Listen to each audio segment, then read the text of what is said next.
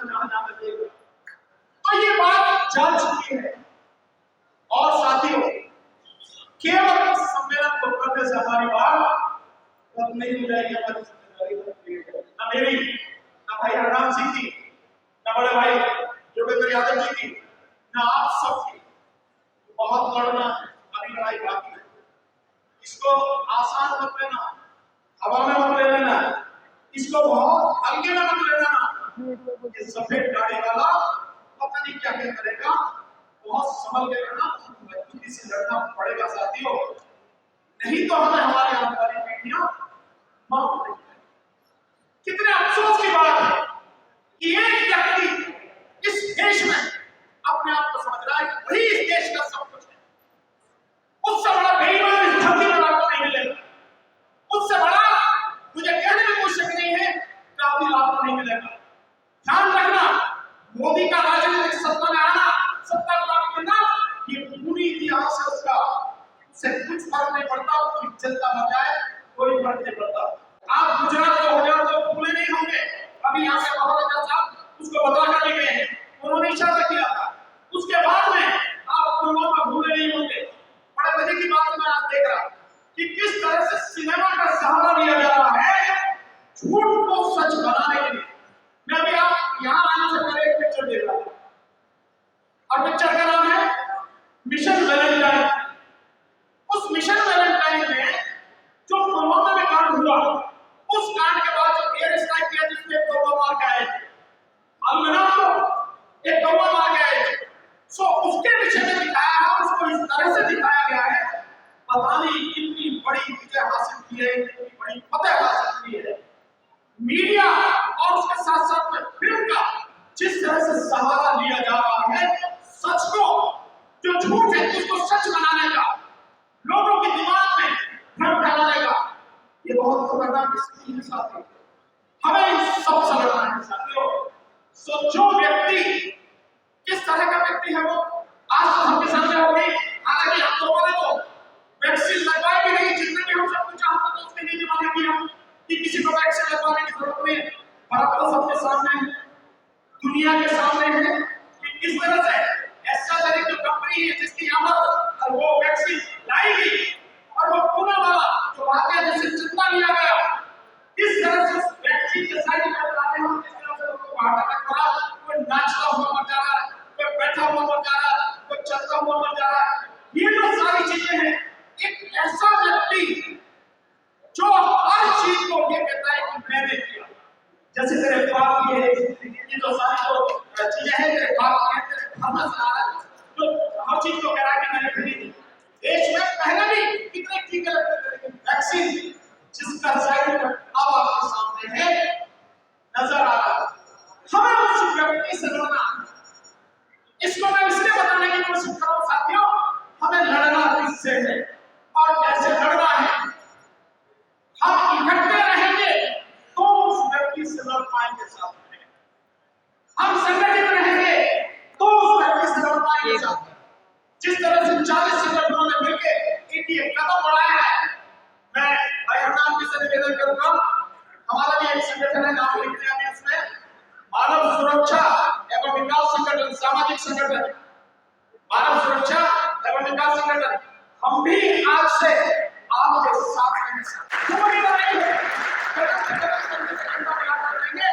लेकिन समझना जरूरी है साथ।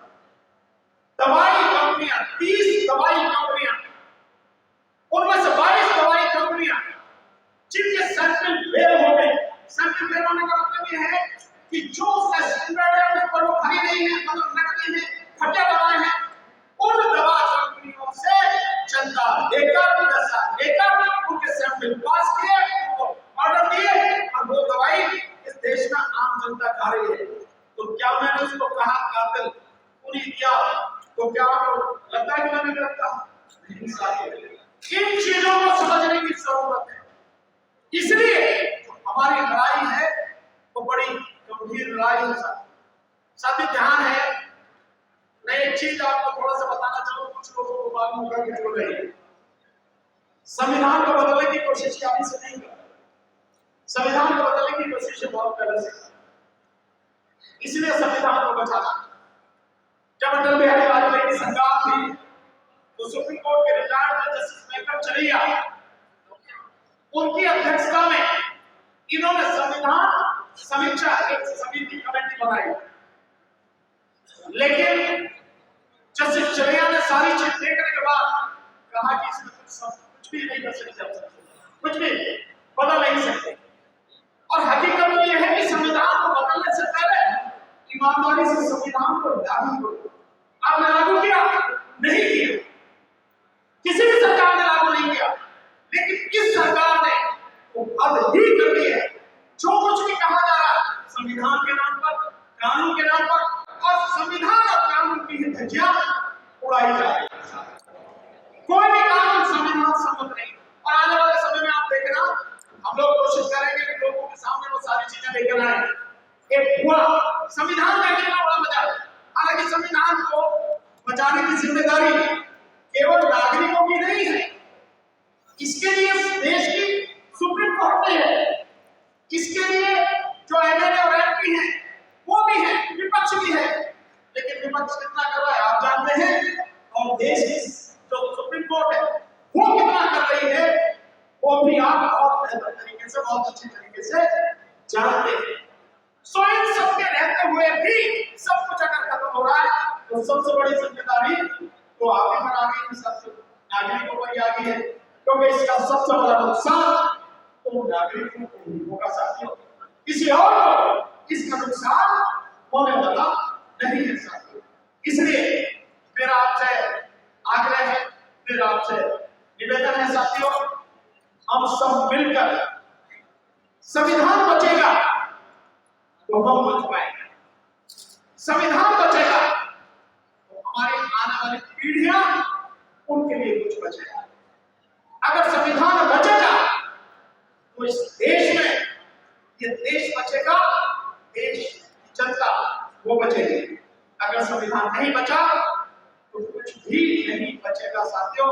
इसलिए हम अपने आपसी मतभेद होंगे कुछ भी, उन सबको साइड करके, उसको सबको छोड़कर हम कोशिश करें इकट्ठे होकर ये लड़ाई लड़े और मजबूती से लड़े। अब तो केवल आपको 25 तारीख को वोट देना है, दिल्ली वालों को, हरियाणा वालों को, पंजाब वाले जो देंगे वो 1 तारीख को वोट देंगे, तो जो वोट दे दिया। लेकिन 4 तारीख से आपकी असली परीक्षा शुरू होगी। मैं विश्वास के साथ कहता हूं 4 तारीख इस देश का आप देखेंगे तो आपने सोचा नहीं वो सब होगा, और उस समय आपको ध्यान आएगा और आप में से कुछ को भी अगर ध्यान देंगे कि हमें लोकतंत्र बचाना है, संविधान बचाना है, उसके लिए लड़ना है, जान हथेली पर लेकर तैयार रहना। इसी निवेदन के साथ हम आपके साथ रहेंगे, मिलेंगे, इस लड़ाई को मजबूती से करेंगे।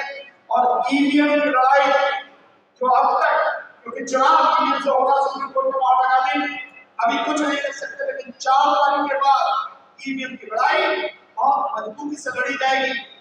मोदी सरकार आई तो भी और गठबंधन की सरकार आई तो भी, क्योंकि एक थोड़ा सा दुख के साथ रहना पड़ा, कांग्रेस ने अपने मैनिफेस्टो में एक बात लिखी है कि चुनाव ईवीएम से कराएंगे, ईवीएम को ही वो मानकर चल रहे हैं, इसलिए लड़ना उनसे भी पड़ेगा।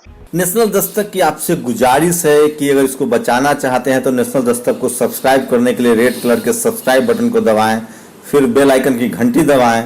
नेशनल दस्तक को बचाने के लिए बहुत जरूरी है कि हर खबर को शेयर करें, लाइक करें, कमेंट जरूर करें।